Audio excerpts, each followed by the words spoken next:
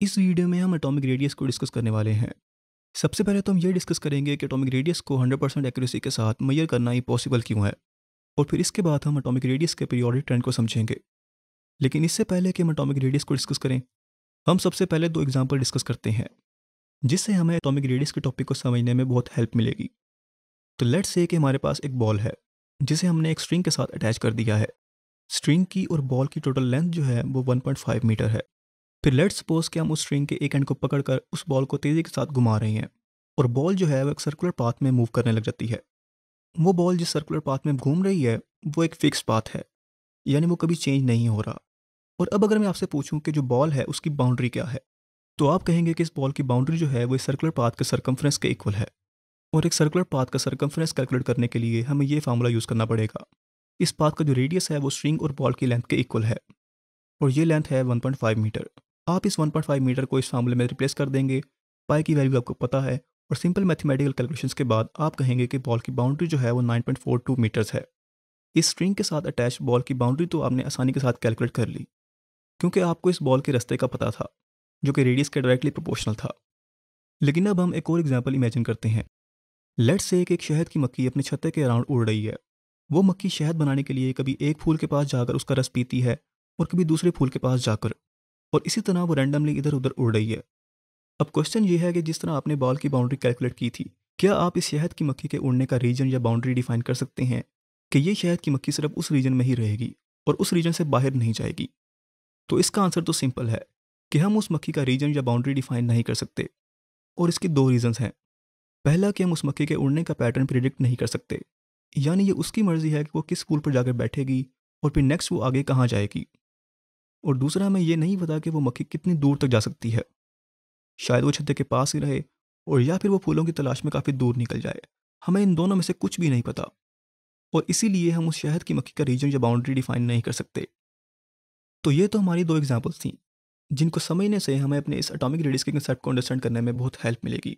तो इसलिए हम इन दोनों एग्जाम्पल्स को अपने जहन में रखते हुए यही नॉलेज एटम्स के ऊपर अप्लाई करते हैं, और एटम की बाउंड्री और साइज को डिस्कस करते हैं। तो लेट्स से कि ये हमारे पास एक लिथियम एटम है। हाइड्रोजन और हीलियम को छोड़कर बाकी जितने भी एटम्स हैं उनमें दो तरह के इलेक्ट्रॉन्स होते हैं, कोर इलेक्ट्रॉन्स और वैलेंस इलेक्ट्रॉन्स। वो इलेक्ट्रॉन जो एटम के आउटर मोस्ट शेल में होते हैं उन्हें हम वैलेंस इलेक्ट्रॉन्स कहते हैं, और जो रिमेनिंग इलेक्ट्रॉन्स होते हैं उन्हें हम कोर इलेक्ट्रॉन्स कहते हैं। फिर एटम का जो साइज है वो उसका वैलेंस शेल डिटरमिन करता है। शेल्स एक तरह से इलेक्ट्रॉन्स के रास्ते होते हैं जिनके अंदर रहते हुए वो इलेक्ट्रॉन्स न्यूक्लियस के अराउंड मूव करते हैं। और फिर क्योंकि ये वैलेंस शेल ही एक तरह से उस एटम की बाउंड्री होते हैं, तो हम वैलेंस शेल का न्यूक्लियस से एग्जैक्ट डिस्टेंस मेजर करके इजीली एटम की बाउंड्री डिफाइन कर सकते हैं। और अगर हमें एटम की बाउंड्री का पता लग जाए तो हम अपने उस एटम का साइज भी पता लगा सकते हैं। लेकिन अनफॉर्चुनेटली एटॉमिक लेवल पर चीज़ें इतनी सिंपल नहीं होती। अभी जो आप एटम का स्ट्रक्चर देख रहे हैं वो क्वांटम मैकेनिकल स्ट्रक्चर नहीं है, बल्कि रदरफोर्ड और बोर का एटॉमिक मॉडल है, जो कि एक्यूरेट नहीं है। अगर हम क्वांटम मैकेनिकल एटॉमिक मॉडल में सबसे सिंपल एटम हाइड्रोजन को ही लें तो चीज़ें काफ़ी कॉम्प्लेक्स हो जाती हैं। क्वांटम मैकेनिकल एटॉमिक मॉडल में हम एटम के अंदर इलेक्ट्रॉन्स की मूवमेंट को प्रेडिक्ट नहीं कर सकते, और अगर हम इलेक्ट्रॉन्स की मूवमेंट ही प्रेडिक्ट नहीं कर सकते तो हम एटम की बाउंड्री भी डिफाइन नहीं कर सकेंगे, और ना ही उस एटम के साइज को डिटरमिन कर सकेंगे, क्योंकि हमें नहीं पता कि वैलेंस इलेक्ट्रॉन न्यूक्लियस से कितना दूर है। और इसी वजह से क्वांटम मैकेनिकल मॉडल में इलेक्ट्रॉनिक शेल्स का जो कंसेप्ट है वो क्लासिकल एटॉमिक मॉडल से टोटली डिफरेंट है। क्वांटम मैकेनिकल एटॉमिक मॉडल में जो इलेक्ट्रॉनिक शेल्स हैं वो इलेक्ट्रॉन्स के फिक्स्ड और प्री डिफाइंड रास्ते नहीं होते, बल्कि ऐसे रीजन्स होते हैं जहां पर इलेक्ट्रॉन्स को फाइंड करने की पॉसिबिलिटी हाईएस्ट होती है। और ये भी ज़रूरी नहीं है कि इलेक्ट्रॉन्स हमेशा सिर्फ उसी शेल के अंदर रहें। जिस तरह शहद की मक्खी को फाइंड करने की पॉसिबिलिटी उसके छत्ते के पास सबसे ज़्यादा तो है, लेकिन 100% नहीं है। इस बात के भी चांसेस हैं कि वो फूलों को ढूंढने के लिए अपने छत्ते से काफ़ी दूर चली जाए। तो इसी तरह इलेक्ट्रॉन्स को उनके शेल के अंदर फाइंड करने की पॉसिबिलिटी हाईएस्ट तो है, लेकिन 100% नहीं है। और यह भी पॉसिबल है कि वो इलेक्ट्रॉन अपने शेल से काफ़ी ज़्यादा दूर हो। ऐसा होने की पॉसिबिलिटी है तो बहुत ही कम, लेकिन ज़ीरो नहीं है। लेकिन अभी हम इस क्वांटम मैकेनिकल एटॉमिक मॉडल की इतनी ज़्यादा डिटेल में नहीं जाएंगे। इन शॉर्ट ये कि एटम का एग्जैक्ट साइज डिटरमिन करना ऑलमोस्ट इम्पॉसिबल है, क्योंकि एक तो एटम बहुत छोटा होता है और इतने छोटे पार्टिकल को मेजर करना ही बहुत मुश्किल है। फिर दूसरा ये कि एटम की कोई फिक्स बाउंड्री नहीं होती। एटम की बाउंड्री को उसका वैलेंस शेल डिफाइन करता है, और ये वैलेंस शेल एक्सपैंड भी कर सकता है और श्रिंक भी हो सकता है। तो इसलिए भी एटम का साइज मेजर करना बहुत मुश्किल है। और फिर तीसरा ये कि अकेले एटम को सेपरेट करना और स्टडी करना बहुत ज़्यादा मुश्किल है। नोबल गैसेस को निकाल कर दूसरे सभी एटम्स कभी भी अकेले नहीं रहते। या तो वो अपनी ही तरह के एटम के साथ बॉन्ड बना लेंगे, और या फिर दूसरे एटम के साथ। अगर तो उन एटम्स का बॉन्ड अपनी तरह के एटम के साथ है तो इस केस में उस एटम का साइज कुछ और होगा, और अगर वो डिफरेंट तरह के एटम के साथ जुड़ा हुआ है तो उसका साइज कुछ और होगा। यानी ऐसे बहुत से फैक्टर्स हैं जो इस बात को इम्पॉसिबल बना देते हैं कि हम एक एटम का 100% एक्यूरेट साइज मेजर कर सकें। लेकिन साइंटिस्ट ने फिर भी एटम का अप्रॉक्सीमेट साइज या रेडियस मेजर करने के लिए कुछ काफ़ी इंटरेस्टिंग मेथड्स इन्वेंट किए हैं, और अभी हम उन मेथड्स की बेसिक्स को डिस्कस करते हैं। तो लेट्स से कि हमारे पास दो हाइड्रोजन एटम्स हैं। तो जैसा कि हमने थोड़ी देर पहले डिस्कस किया था कि हम इलेक्ट्रॉन्स की मूवमेंट को प्रिडिक्ट नहीं कर सकते, तो जब हमें उन इलेक्ट्रॉन्स की मूवमेंट का ही नहीं पता तो हम एटम की शेप के बारे में भी एग्जैक्ट नहीं बता सकते। और इसीलिए हम चीज़ों को सिंपल रखने के लिए सबसे पहले तो ये अज्यूम करते हैं कि हमारा एटम स्फेरिकल शेप में है, और फिर जो ये रेड कलर का रीजन है ये इलेक्ट्रॉनिक क्लाउड को इंडिकेट कर रहा है। इलेक्ट्रॉनिक क्लाउड बेसिकली एटम के अंदर वो रीजन है जहां पर इलेक्ट्रॉन्स को फाइंड करने की पॉसिबिलिटी हाईएस्ट होती है। अगर मैं एटम के स्ट्रक्चर को ओवर सिंप्लीफाई करूं तो आप इस तरह से भी समझ सकते हैं कि एटम दो स्फेरिकल बॉल्स का बना हुआ है, जिसमें एक बड़ी बॉल के अंदर एक छोटी बॉल फिक्स्ड है। जो आउटर बॉल है वो इलेक्ट्रॉन क्लाउड को इंडिकेट कर रही है, और जो इनर बॉल है वो एटम का न्यूक्लियस है। इस रेड कलर में इलेक्ट्रॉन्स को फाइंड करने की पॉसिबिलिटी हाईएस्ट तो है, लेकिन 100% नहीं है। एटम से हम जितना भी मर्जी दूर चले जाएं, ये पॉसिबिलिटी बहुत बहुत बहुत कम तो हो सकती है, लेकिन कभी भी एग्जैक्टली जीरो नहीं होगी। और फिर दूसरी बात यह कि इलेक्ट्रॉन टू डायमेंशनल स्पेस में अरेंज नहीं होते, यानी एटम्स एक टू डायमेंशनल प्लेट की तरह नहीं है, बल्कि एक थ्री डायमेंशनल बॉल की तरह है। और फिर जैसा कि हमने थोड़ी देर पहले डिस्कस किया था कि एटम्स अकेले नहीं रह सकते, तो इसलिए ये दोनों हाइड्रोजन एटम्स भी अकेले एग्जिस्ट नहीं करेंगे, बल्कि एक दूसरे के साथ इलेक्ट्रॉन शेयर करके एक कोवेलेंट बॉन्ड बना लेंगे और एक मॉलिक्यूल में कन्वर्ट हो जाएंगे। तो अब अगर हम एक हाईटेक इंस्ट्रूमेंट से इन दोनों न्यूक्लियाई के दरमियान का डिस्टेंस मेजर करें और फिर उसको हाफ कर लें, तो ये उन दोनों हाइड्रोजन एटम्स का एटॉमिक रेडियाई हो जाएगा, और इस रेडियस से हम उस स्फेरिकल शेप के हाइड्रोजन एटम का साइज और वॉल्यूम भी मेजर कर सकते हैं। तो अब अगर हम एटॉमिक रेडियस को डिफाइन करें तो ये किसी भी एटम के न्यूक्लियस से लेकर उसके वैलेंस शेल तक का डिस्टेंस होता है। फिर एटॉमिक रेडियस के मल्टीपल यूनिट्स होते हैं। फॉर एग्जाम्पल हम एटॉमिक रेडियस को आंगस्ट्रॉम में लिख सकते हैं, पिकोमीटर में लिख सकते हैं, और या फिर नैनोमीटर में लिख सकते हैं। आंगस्ट्रॉम जो है वो ऐसा यूनिट नहीं है, बल्कि पिकोमीटर और नैनोमीटर जो है वो एटॉमिक रेडियस के एसआई यूनिट्स हैं। यानी इन दोनों हाइड्रोजन एटम्स का एटॉमिक रेडियस जो है वो ऑलमोस्ट 57 पिकोमीटर के इक्वल है। नैनोमीटर में ये एटॉमिक रेडियस 0.057 के इक्वल होगा, और एंगस्ट्रॉम में ये 0.57 के इक्वल होगा। फिर डिपेंडिंग ऑन के दो एटम्स के दरमियान कौन सा बॉन्ड है, हम एटॉमिक रेडियस को चार टाइप्स में डिवाइड करते हैं: covalent radius, metallic radius, ionic radius और वान डेर वाल्स रेडियस। सबसे पहले हम कोवेलेंट रेडियस को डिस्कस करते हैं। अभी जो हमने हाइड्रोजन एटम के रेडियस को डिस्कस किया था वो असल में कोवेलेंट रेडियस था।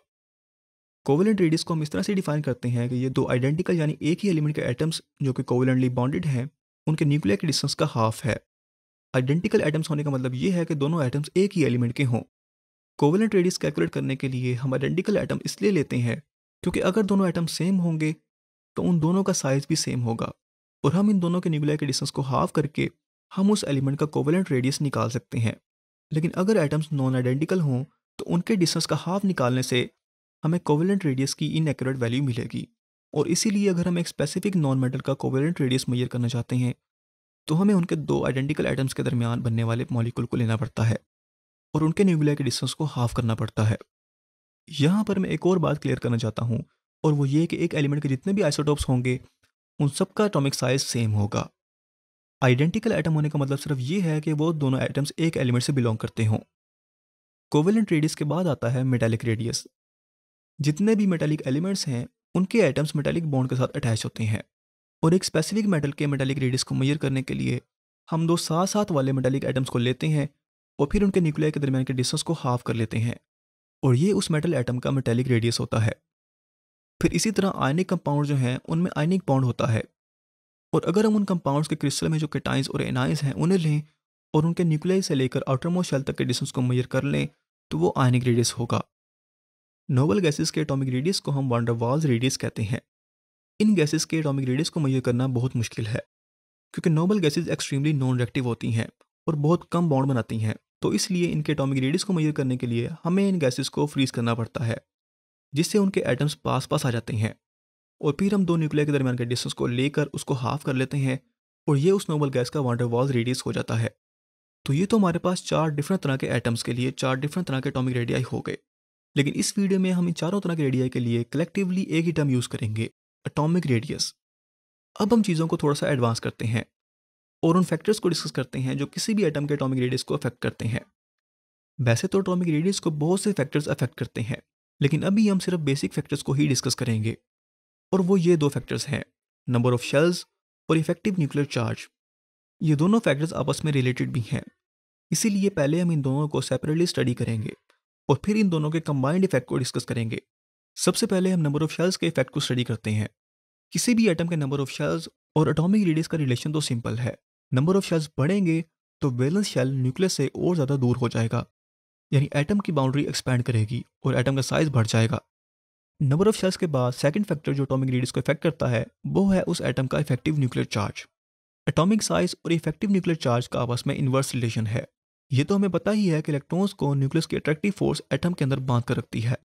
तो अगर एक एटम में इफेक्टिव न्यूक्लियर चार्ज ज़्यादा होगा तो उस एटम के इलेक्ट्रॉन्स पर लगने वाली अट्रैक्टिव फोर्स स्ट्रॉन्ग हो जाएगी, जिससे न्यूक्लियस इलेक्ट्रॉन्स को और ज़्यादा स्ट्रॉन्गली पुल करेगा और इलेक्ट्रॉन्स न्यूक्लियस के और ज़्यादा पास हो जाएंगे, जिससे एटम का रेडियस कम हो जाएगा। फिर सेकंड केस में अगर किसी एटम में शील्डिंग इफेक्ट ज़्यादा हो तो उस एटम का इफेक्टिव न्यूक्लियर चार्ज कम हो जाएगा, और जब इफेक्टिव न्यूक्लियर चार्ज कम होगा तो न्यूक्लियस की अट्रैक्टिव फोर्स भी कम हो जाएगी, जिससे इलेक्ट्रॉन्स न्यूक्लियस की तरफ स्ट्रांगली अट्रैक्ट नहीं होंगे, और इसके रिजल्ट में इलेक्ट्रॉन्स की आपस की रिपल्शन की वजह से शेल्स एक्सपैंड कर जाएंगे, जिससे अल्टीमेटली एटम का साइज भी इंक्रीज हो जाएगा। फिर इसके बाद एक चीज़ जो हमें हमेशा याद रखनी चाहिए वो ये है कि एटम्स की प्रॉपर्टीज़ को सिर्फ एक फैक्टर कंट्रोल नहीं करता, बल्कि ऐसे बहुत से फैक्टर्स हैं जो मिलकर एटम की प्रॉपर्टीज़ को डिटरमिन करते हैं। इस वीडियो में हमने सिर्फ नंबर ऑफ शेल्स और इफेक्टिव न्यूक्लियर चार्ज का इफेक्ट स्टडी किया है, तो इसलिए एटॉमिक रेडियस को और डिटेल में समझने के लिए हम इन दोनों के कंबाइंड इफेक्ट को स्टडी करते हैं, जिससे हमें एटॉमिक रेडियस के पीरियोडिक ट्रेंड को समझने में बहुत हेल्प मिलेगी। तो एटम के अंदर ये दोनों फैक्टर्स साइमल्टेनियसली एक्ट करते हैं। फॉर एग्जाम्पल अगर एक एटम में नंबर ऑफ शेल्स इंक्रीज हों तो वैलेंस इलेक्ट्रॉन्स का न्यूक्लियस से डिस्टेंस भी इंक्रीज हो जाएगा और एटम की बाउंड्री एक्सपैंड हो जाएगी। लेकिन इसके साथ ही जब नंबर ऑफ शेल्स बढ़ेंगे तो न्यूक्लियस और वैलेंस शेल के दरमियान जो कोर शेल्स हैं वो भी बढ़ेंगे, और कोर शेल्स के बढ़ने से शील्डिंग इफेक्ट इंक्रीज हो जाएगा। शील्डिंग इफेक्ट बढ़ने से इफेक्टिव न्यूक्लियर चार्ज कम हो जाएगा, और जब इफेक्टिव न्यूक्लियर चार्ज डिक्रीज होगा तो वैलेंस इलेक्ट्रॉन्स पर लगने वाली न्यूक्लियस की अट्रैक्टिव फोर्स भी कम हो जाएगी, जिससे न्यूक्लियस वैलेंस इलेक्ट्रॉन्स को अच्छे तरीके से होल्ड नहीं कर सकेगा और वैलेंस इलेक्ट्रॉन्स न्यूक्लियस से थोड़ा दूर चले जाएंगे। और इस तरह नंबर ऑफ शेल्स और इफेक्टिव न्यूक्लियर चार्ज के कंबाइंड इफेक्ट की वजह से एटॉमिक रेडियस इंक्रीज हो जाएगा। फिर अगर नंबर ऑफ शेल्स कम हो तो इससे उल्टा होगा। शेल्स कम होने से वैलेंस इलेक्ट्रॉन्स न्यूक्लियस के पास आ जाएंगे, और फिर जब नंबर ऑफ शेल्स कम होंगे तो कोर इलेक्ट्रॉन्स भी कम हो जाएंगे, जिससे शील्डिंग इफेक्ट कम होगा और वैलेंस इलेक्ट्रॉन्स पर लगने वाला इफेक्टिव न्यूक्लियर चार्ज इंक्रीज हो जाएगा।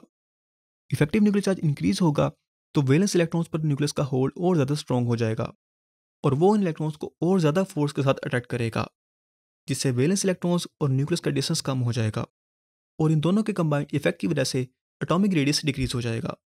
लेकिन अगर नंबर ऑफ शेल्स कांस्टेंट रहें लेकिन इफेक्टिव न्यूक्लियर चार्ज इंक्रीज हो तो शेल्स के ना बढ़ने की वजह से एटम का साइज इंक्रीज नहीं होता, लेकिन इफेक्टिव न्यूक्लियर चार्ज इंक्रीज होने से न्यूक्लियस का पॉजिटिव चार्ज स्ट्रॉन्ग हो जाता है।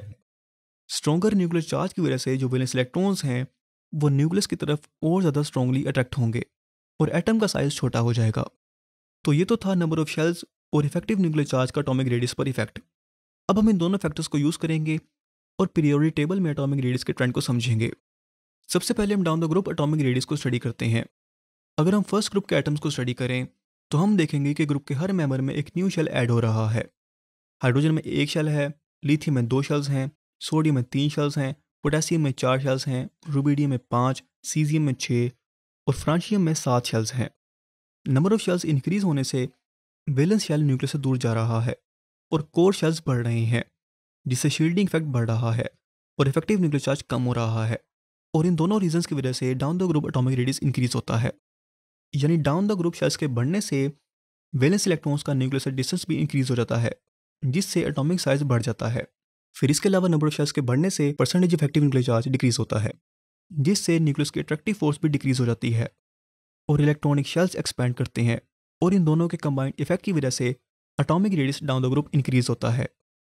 और फिर अगर हम लेफ्ट टू राइट पीरियड में मेन ग्रुप एलिमेंट्स के एटॉमिक रेडियस को स्टडी करें तो पीरियड में नंबर ऑफ शेल्स तो सेम रहेंगे, लेकिन न्यूक्लियस का पॉजिटिव चार्ज स्ट्रॉन्ग होता जाएगा और वैलेंस शेल में नंबर ऑफ इलेक्ट्रॉन्स इंक्रीज होते जाएंगे, क्योंकि न्यू शेल ऐड नहीं हो रहा और इलेक्ट्रॉन्स एग्जिस्टिंग शेल के अंदर ही जा रहे हैं, तो इससे एटॉमिक साइज इंक्रीज नहीं होता बल्कि इसका उल्टा होता है। क्योंकि वैलेंस शेल के इलेक्ट्रॉन्स की शील्डिंग पावर बहुत कम है, तो इससे शील्डिंग इफेक्ट पर इतना कोई फर्क नहीं पड़ता। और न्यूक्लियर चार्ज के स्ट्रॉन्ग होने से नेट रिजल्ट यही निकलता है कि left to right effective nuclear charge के इंक्रीज होने से वैलेंस इलेक्ट्रॉन्स न्यूक्लियस के और ज़्यादा पास आ जाते हैं और एटॉमिक रेडियस डिक्रीज हो जाता है। और अब अगर हम इसे भी समराइज करें तो पीरियड में left to right number of shells same रहते हैं, जिससे इलेक्ट्रॉन्स सेम शेल में ऐड होते हैं और एटम का साइज इंक्रीज नहीं होता। फिर left to right effective nuclear charge increase होने से न्यूक्लियस की अट्रैक्टिव फोर्स इंक्रीज होती है, जिससे इलेक्ट्रॉनिक शेल्स श्रिंक हो जाते हैं और इन दोनों के कंबाइंड इफेक्ट की वजह से एटॉमिक रेडियस डिक्रीज हो जाता है।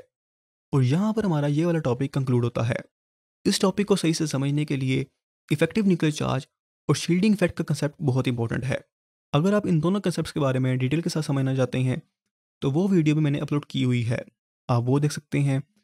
और नेक्स्ट वीडियो में हम एटम की एक बहुत ही इंपॉर्टेंट प्रॉपर्टी आयनाइजेशन एनर्जी या आयनाइजेशन एंथैल्पी को डिस्कस करेंगे। तो मिलते हैं आपसे नेक्स्ट वीडियो में, तब तक के लिए अल्लाह हाफिज़।